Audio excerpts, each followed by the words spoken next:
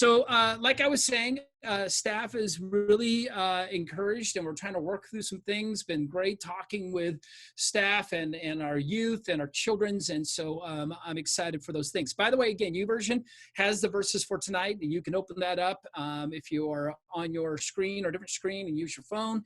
Want you to be able to do that. So I'm going to pray, and then we're going to kind of jump in and get into the study. But I'm so glad to see many of you, and so glad that you are here with us. And again, we're having some internet stuff, so it might buffer, so stay with me. Hopefully it won't make it so it doesn't work. But let's as this church comes from their homes, from their backyards, or maybe they got away from the family, they're sitting in their car. Father, wherever they are, Father, would you bring your word tonight, and would you bring your truth tonight, and would it be relevant and significant for us? Father, these are unprecedented times for us, but Father, that is not, it's true for us, but Father, throughout generations, we have seen people affected by war, affected by all these different issues. And Father, yet you have always been in the midst of that. And so we just thank you for your sovereignty, that you are in the middle of those things. And so, Father, would you be with us? And so I just thank you in Jesus' name. Amen. All right. So everyone, say hello to everybody. I'm seeing a lot of people saying hi to each other, and glad that the space alien is gone. I'm glad that it sounds better for you guys, and I'm glad that you're in here for this study. All right, so I was really trying to think through what I would share with you tonight, and I had mentioned something in my update about Daniel, and although we will not talk about Daniel, there's something significant that I want us to deal with, and I'm hoping that tonight will be a little fun and a little I don't know, inspiring and encouraging, and hopefully I'm letting you see some things that maybe you haven't seen. So hopefully you have your Bibles, you have your coffee, and you are ready to go. So let's do this. So we are going to be doing this talk called Going It Alone, when God is the only way. And by my screen, you can see all these fish that are swimming one direction, and one small goldfish that is basically going their own way. And I think sometimes it's really hard when we feel like we're the only one going against the flow, when we're the only one standing, or we're the only one maybe bringing joy, or we're the only one that's bringing hope. And so I am hoping that this will encourage you. And so we're gonna have a little fun, I hope, and we'll start walking through this. So let's get going on this, and here we go. First question of the night: who is men? Bible? What's their story? They're part of a very significant story. If you know, let people wrestle a little bit, but who are these men? We should know them. So they're their names. I'm not even going to read their names. I think Paul T, I can read that one. That's the only one I think I can feel pretty good about getting right. But does anyone know? Does anyone know who these people are? Anyone? I'm gonna watch the feed a little bit. Here we go. Let's see. Okay, I don't have an answer yet, so it's this weird thing with this delay, so I'm just waiting to see if anyone knows who these 10 guys are. You want me a little louder, I guess. I can try to be a little louder. I can try to do that. I will turn this up a little bit.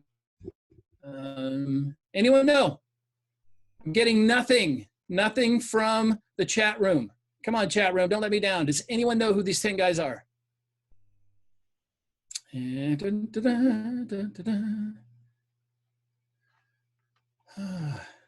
No one, come on.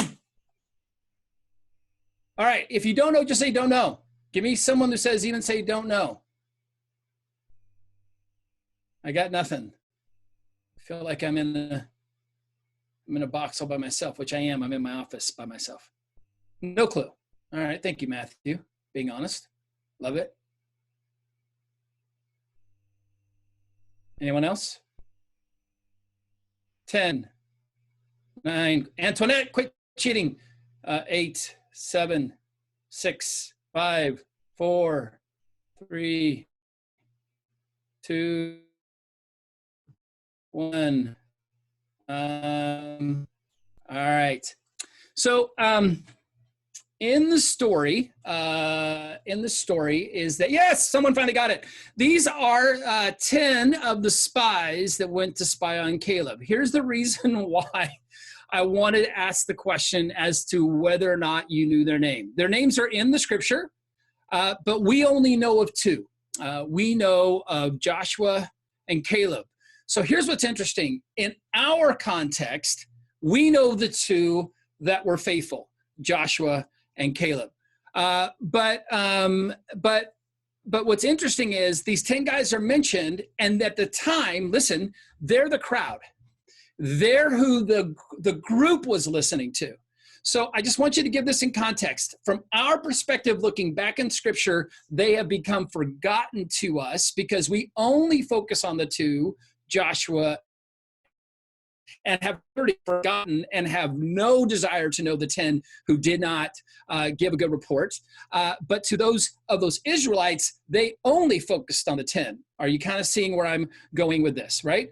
So I want you to understand that I asked the question, who are these men? And why don't we know their story is a question that really is because of the fact that from our perspective, we only look at the people that were faithful. So let's get into the story a little bit. Let's see what we're talking about. Again, these are the 12 guys that went to spy on Caleb and on Canaan. And so let's look at this. This is Numbers 13, 17 through 20. Moses sent them to spy out the land of Canaan and said to them, go into the Negeb and go into the hill country and see what the land is and whether the people who dwell in it are strong or weak, whether they are few or many. And whether the land that they dwell in is good or bad, and whether the are camps or in strongholds, and whether the land is rich or poor, whether there are trees in it or not, be of good courage and bring some of the fruit of the land. Now the time, as the end of so I'm gonna go back. Sorry, I went too far. So here's what's interesting about this. So their purpose was to go and to spy out the land and get all this information. All right. And so they do that.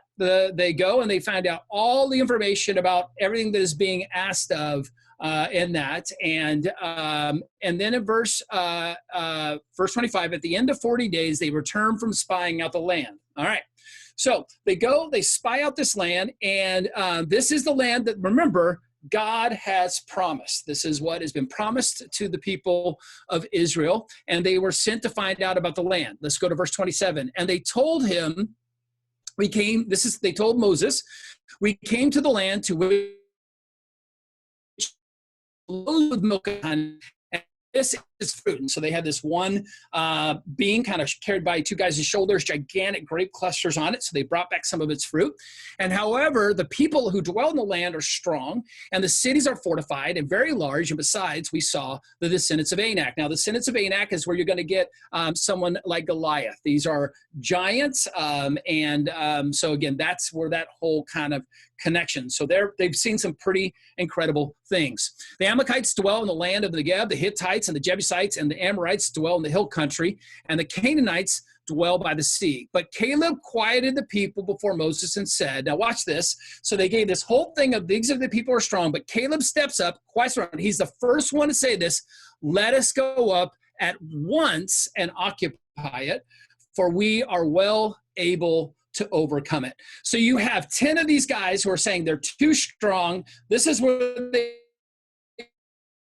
there's a guy from this giants in the land, and yet Caleb steps up and says, let us go up at once and occupy it, for we are able to overcome it. Then the men, now notice it doesn't list their names. Now we're down to the men, these 10. The men who had gone up with him said, we are not able to go up against the people, for they are stronger than we. Now, again, everything that they're seeing, everything that they're looking at, probably true. Their cities are fortified. They have all these different things. They have armies. But look what it says. We're going to jump to chapter 14, verse 1. Then all the congregation raised a loud cry, and the people wept that night. So you have one voice, one little goldfish that is standing up and saying, let's go at once. We got this, because he knew God had promised it and knew that God was with them. But the people listened to the 10, and here they are crying. I'm not going to get into the details of that, but it goes on, and they're like, we should just go back to Israel. Back to Egypt. This is horrible. It just all falls apart. Now, jump down to verse 6. And Joshua, the son of Nun, and Caleb, the son of Jephunneh, who were among those who had spied out the land, tore their clothes. They cannot believe. They have gone in. They have seen the promised land. They are coming back, ready to get the people jazzed, ready to get the people going, and they cannot believe that these 10 people are leading these people to the point that they just beg to go back to Egypt, and they tear their clothes. Okay. Verse 7. And said to all the congregation of the people of Israel, the land which we passed through to spy out is an exceedingly good land. And the Lord delights in us. If the Lord delights in us, he will bring us into this land and give it to us, the land that flows with milk and honey. And then verse 9, jumping down, only do not rebel against the Lord and do not fear the people of the land, for they are bread for us. Their protection is removed from them, and the Lord is with us. So here's what I want us to get to. You have these two that believe this truth and know this truth, that literally this land is set for them. They are ready, and yet the crowd is listening to the 10 who, by the way, we have forgotten their names. We don't even know their names. So here's my first question that I want you guys to go ahead and start tackling. Why are we so apt? Why are we so drawn to listen to the crowd? That's the first question. Next question, how often is the crowd wrong? So I'm going to give you guys a few minutes. I want you guys to answer those questions. Again, why are we so quick to listen to the crowd, and how often is the crowd wrong? All right. So that's what I want you guys to wrestle with. So I'm going to give you guys some time to do that.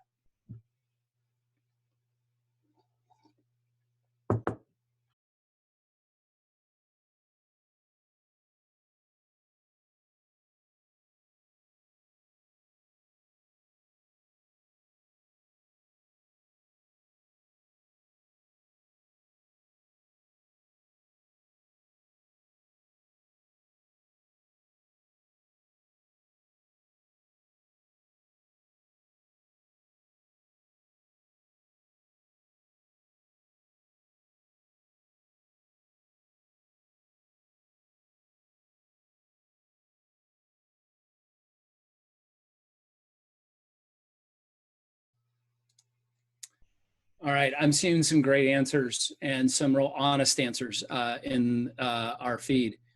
I think it is really interesting that we really do give so much voice to the crowd, that we somehow believe our voice doesn't matter. And so that's why this study that I want to do for you, and this is kind of the whole setup to get to why I want to do this with you. There is something so powerful, so very powerful when you know the truth, when everyone around you is saying something different.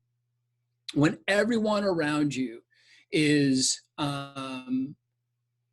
wrong because you know where the truth is. It's one of the reasons why we need to be so connected to.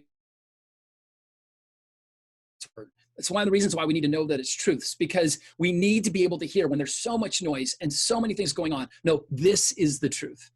And so I'm using this story of the 12 who went to the land to get us started into this. And I'm going to have us look at different people throughout the Bible. But I really want you to understand that it really is in the quietness of your quiet time, in your home, in your heart, that it is significant that you know the truth, because the crowd's always going to be there. The crowd's always going to say, hey, this is the way it should go. And then we don't feel like we have a voice, but truth has a voice.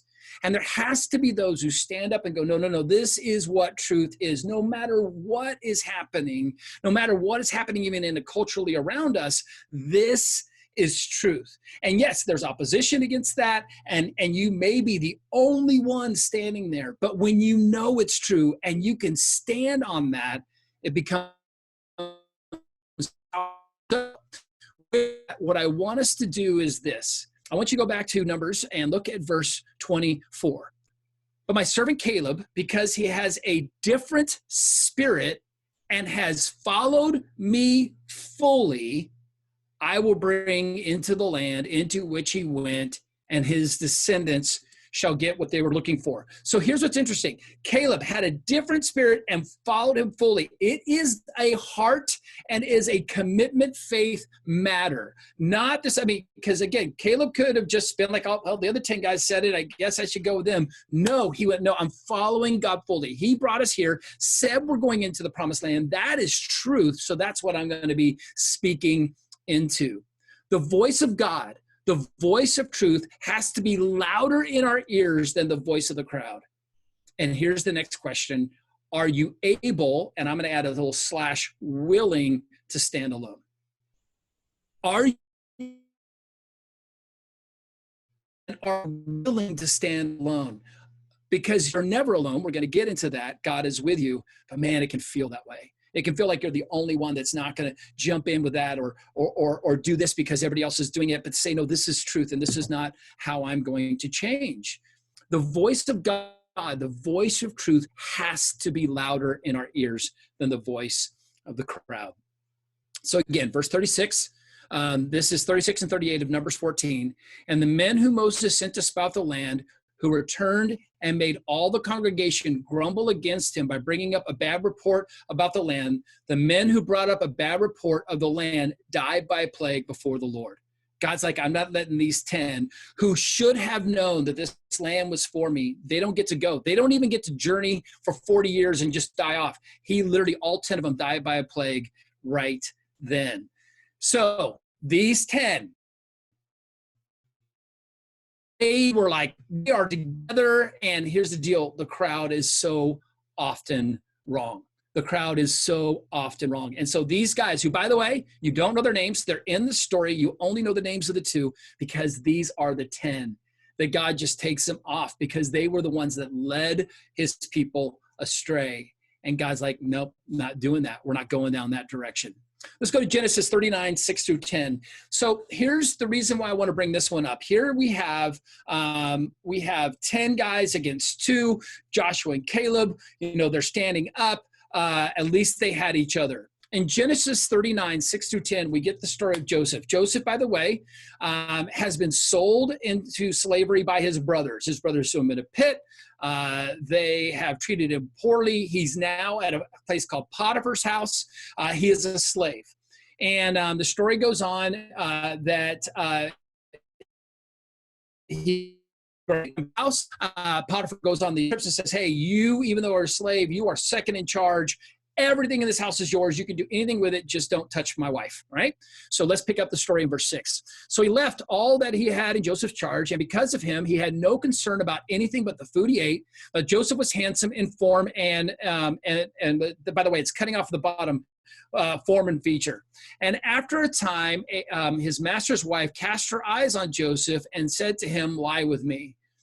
But he refused and said to his master's wife, behold, because of me, my master has no concern of anything in this house, and has put everything that he has in my care. He is not greater in this house than I, nor has he kept back anything from me except you, because you are his wife.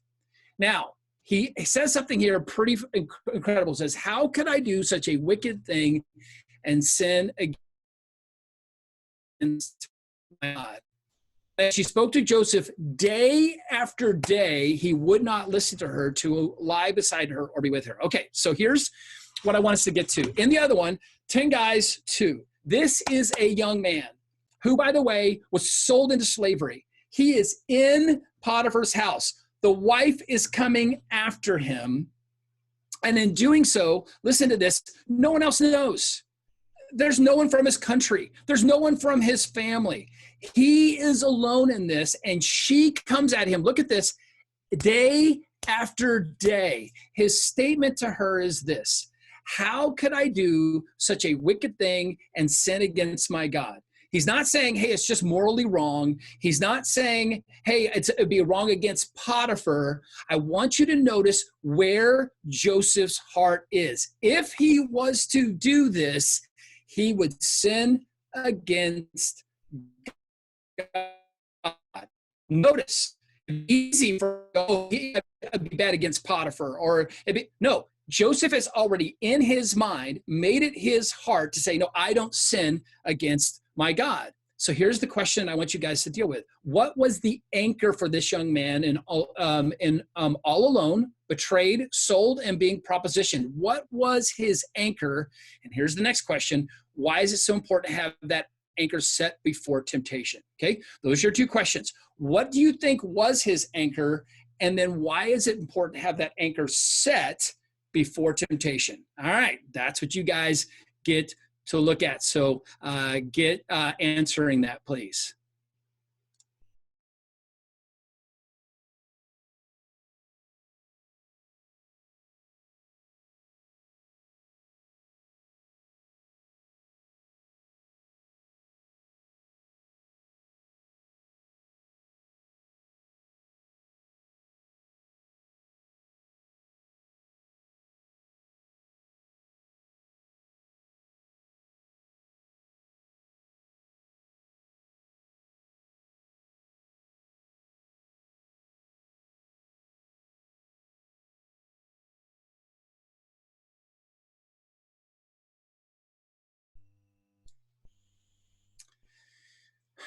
I know this one is harder because I think that for whatever reason, we are not a people that say pre-prepare or are preparing ourselves appropriately at times. I just want to say this to you. When you're in the temptation is not the time to try to figure out where you stand or where your anchor is. In that temptation is not the time. But I just want us to know that having our heart set with this anchor so that when these things come, it's not even an option. I love the fact that for Joseph, this was not an option. This was not something he was going to do. How could I do such a wicked thing and sin against my God? He already had God at the center. And so in that, I think one of the things we do is we are like, okay, well, when that happens, I'll be ready. Chances are we're not. That's not the time to dig in. That's not the time to dig. That's not the time to dig into those things. All of that has got to happen before then. All of that has got to take place before that can ever happen. And so I just really want to make sure that I am pushing really hard on this idea that that you guys are understanding that, and we're going to even get to some stuff about where we're at today with what's happening in our country. But it's like, where do we get so that in these moments we're not being taken out because we've already gone to where truth is, solidified that truth, and are standing in that truth. So let's go into this a little bit more. This is Daniel 3:12 through 18, and although this is the book of Daniel, I'm not going to talk about Daniel. I'm going to talk about his buddies Shadrach, Meshach, and Abednego. And so background story: Nebuchadnezzar gets this big statue made and has this day in which everyone's going to bow down to the statue. And so these guys, three guys, are hanging out in the back, and they play the music and everything else, and everybody bows. And then someone notices the three guys are just standing there. They're not going to bow. They did what they had to do. They came into the place, but they're not going to bow. And so someone tells on them, and then Shadrach, Meshach, and Abednego are brought before Nebuchadnezzar. Nebuchadnezzar goes, hey, maybe you messed up. We're going to do this. And when the music is playing, you're going to bow. And they're like, no. So here's where we're going to pick up the story. Verse 12, there are certain Jews whom you have appointed over the affairs of the province of Babylon, Shadrach, Meshach, and Abednego. These men, O king, pay no attention to you. They do not deserve serve your gods or worship the golden image that you have set up. Then Nebuchadnezzar, in furious rage, commanded that Shadrach, Meshach, and Abednego be brought. So they brought these men before the king. Nebuchadnezzar answered and said to them, is it true, O Shadrach, Meshach, and Abednego, that you do not serve my gods and worship the golden statue? But if you do not worship, you shall immediately be cast into a burning fiery furnace. And who is God who will deliver you out of my hands? Who is the God who will deliver you out? That's the question. And here's their answer. Shadrach, Meshach, and Abednego said, O King Nebuchadnezzar, we have in this matter. If this be so, our God, whom we serve, is able to deliver us from the burning fiery furnace, and he will deliver us out of your hand, O king. Okay, so we all know the story. Many of us know the story. Again, they're told, he goes, look, our God is able to deliver us. You throw us into the fiery furnace, we believe completely, wholeheartedly, he can save us through this. Now, everyone knows that story. The reason why I put this into this study is the next verse. Watch this.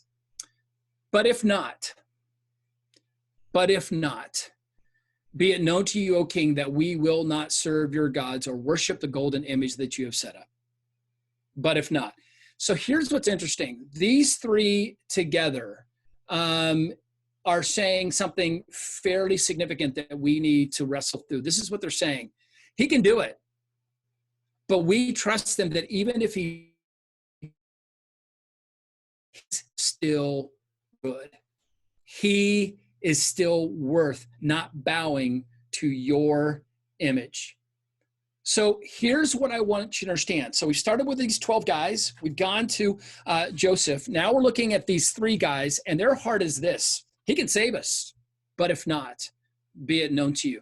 How can we, as God's people, have a heart that goes, hey, he can save me from disease. He can save me from these things. But even if he lets me suffer more, God's still good. Here's our question. Are you willing to stand your ground even if God allows the worst thing to happen? Are you willing to stand your ground even if God allows the worst thing to happen? That's your question, and it's a big one. So I'm going to let you guys wrestle with that.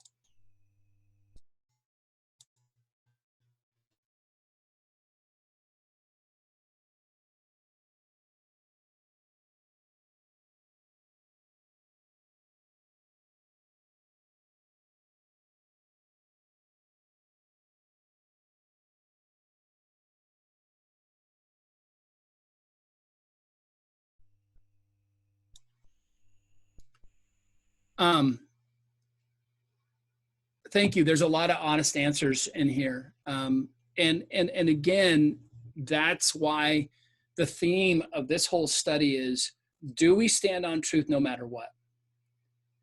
I think one of the stories that has stayed with me is a story of a missionary who they were killed and trying to reach a people tribe, but it was his spouse who went back and actually ended up winning over the tribe. They killed him, and she went back and won them over.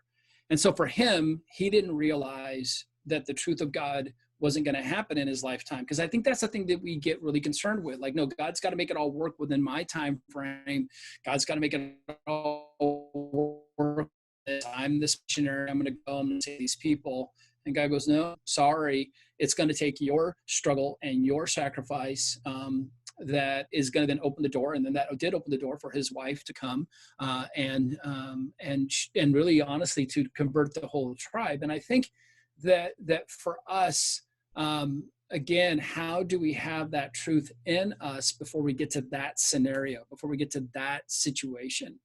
I think it's so important that we really grasp that we cannot let things be situational. Truth is truth is truth is truth is truth. So for Shadrach, Meshach, and Abednego, this is truth. I'm not bowing.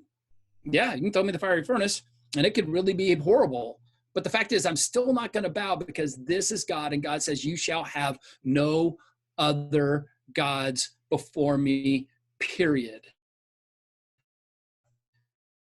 It's what it is. If we have that truth, we can stand so much on who God is and what he wants for us. And so I'm really trying to drive us into this place of not fear of the crowd, not fear of the persistent person coming at us, and not fear of the person who says, hey, I can take your life. I want to bring you into a place of peace and rest, standing on truth, that you get to go, this is all craziness, but I know who God is, therefore I'm good. I'm in a good place. So let's look at the next one real quick. This is 2 Corinthians 12:10. This is Paul is, by the way, just been told about his thorn in his flesh, but I want you to read this next part. It says, for the sake of Christ, then I am content with weakness, insults, hardships, persecutions, and calamities. I want you to see that. We are in a hardship and a calamity. I'm weak, then I am strong. Listen, folks, for the sake of Christ, I am content with weakness. One of the things that I've been talking about with friends and with staff, there's a sense of weakness in this whole thing that we're going through right now. It's just that we can't change it. We can't do anything. The best thing we're told we can do is stay indoors. And yet there's something strong that can happen there. Again, hardships and calamities. This is our reality. But is there a contentment in us that our God has this? Because remember, I'm trying to get to the deeper question. I'm trying to get to the deeper issue. And the deeper issue is this concept of God is true, no matter if I'm stuck in my house, no matter if in this process I lose my job, no matter in this process if I need help. He's still faithful. He still counts the hairs on my head. For some of us, it's an easier job than others.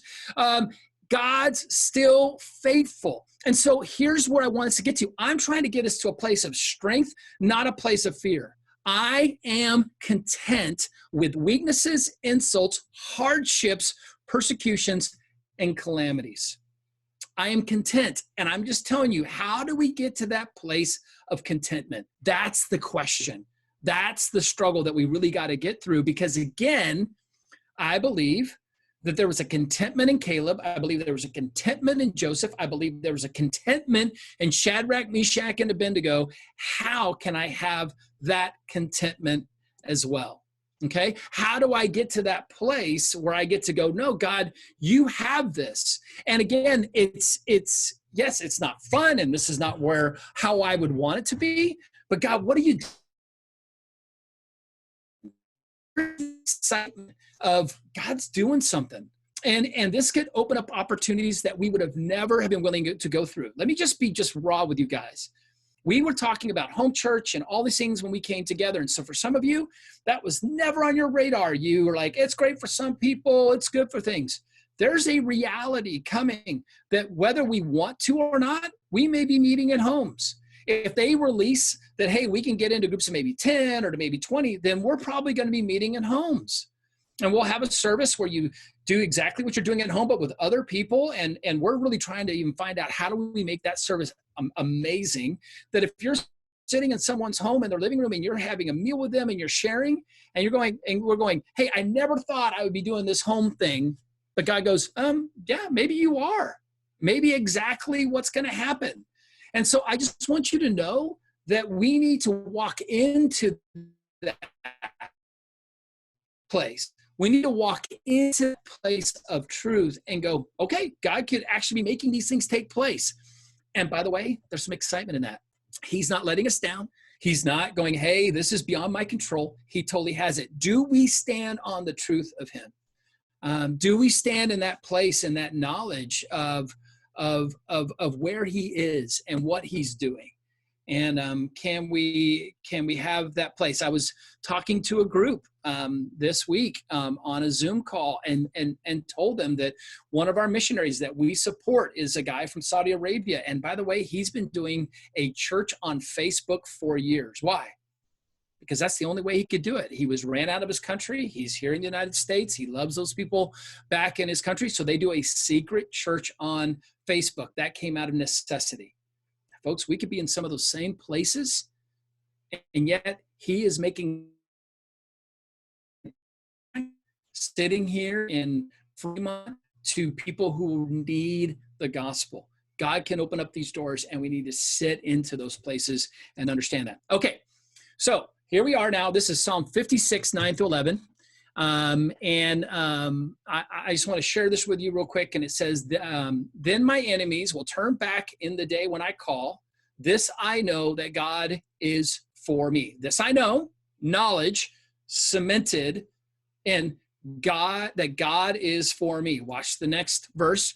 In God, whose word I praise, in the Lord, whose word I praise. Notice that the focus goes to God and goes, look, he's for me. I'm going to praise him. I'm going to keep my focus on him. I'm not going to look at everything else, right? This is the God that says that I create a table for you in the midst of your enemies. And God, in God, whose word I praise, in the Lord whose word I praise. In God I trust. I shall not be afraid. What can man do to me? In God I trust, I shall not be afraid. What can man do to me? And so if our trust and our truth, all of that lines up in a significant way, then what happens is that we then have this ability to be completely different to those that we are around. It is really easy. And by the way, I'm not trying to step on toes. That's not my heart at all. But maybe on a Zoom call, or maybe on your driveway, maybe you've gotten into where everyone's kind of in this panic mode and you just jump in with everyone else and it's just horrible. Maybe that was your time to step bring light. Maybe that was your time to be 1 to 2 rather than the 10. Maybe that's 1 to 2. Oh, 10. I'll get that in a minute. I just really want you to think about that you maybe have been given opportunities where maybe you jumped into the 10 crowd when you should have been in the 2 crowd. Or maybe as temptation has come, you gave in because God wasn't at the center. Or you were too afraid of what really could happen, and instead of it standing your ground going, no matter what the result, I'm going to hold my ground. I just want to challenge you with that. I really do. And I want to challenge you with a truth that we have a God that says, hey, I want you to know that you can stand because, again, God, what can man do to me? He's given us eternity. His son has paid the price. What can really happen? And I just wanted to sit with us in that space. Tim, by the way, texted into me. The person that we're talking about, this Mike, is not from Saudi Arabia, he's from Afghanistan. Sorry. That's wrong information. I want to make sure we get that corrected, that he's from Afghanistan, that he's doing this church online with. But again, and it's why we're supporting him here, is that he's reaching back and doing those things. Going it alone. I think that a lot of us feel alone when really we're not. We're not alone. God is with us. What can man do to us? What is the truth that is there? So here's what I want you guys to do, is that I want you to give yourself a minute. The whole group that's in the chat, what did this study say to you? What did you pick up out of it? What was God saying to your heart? And what is it that you need to wrestle through? Are you drawn to the crowd and you just want to follow what the crowd is doing? Are you afraid of the temptation that comes at you day after day because you don't have that anchor? Are you the one that's so afraid of what could happen to you that you would bow if the music was played? Yeah, what are the questions? And maybe you'll be honest and you'll let the people know, what's the lesson that you got out of today? What's the challenge for you in this situation? And then I'm going to turn off my picture here. I'm going to give you guys a few minutes to answer that. And then I'm going to come back, give you some wrap up information, and then we're going to be done with our study for tonight. So take some time, encourage the crowd, but think about it and go from there.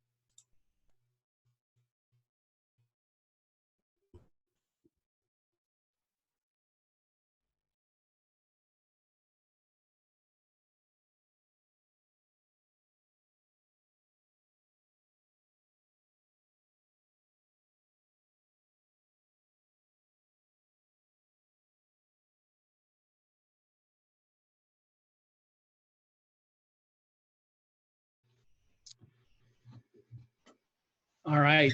Wow. Thank you guys for some of your answers. I really hope that this is encouraging to you more than discouraging. That you are one that knows that God is a God that wants to bring you into truth and give you confidence, assurance, so that when these things come, you can be the Caleb that goes, "Let's go do this now. Let's go take this."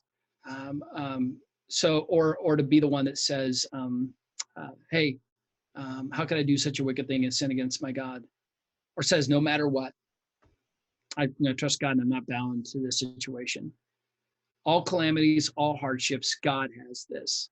And just thank you so much for being a part of this. And I hope this just kind of sits with you and you get to wrestle with this.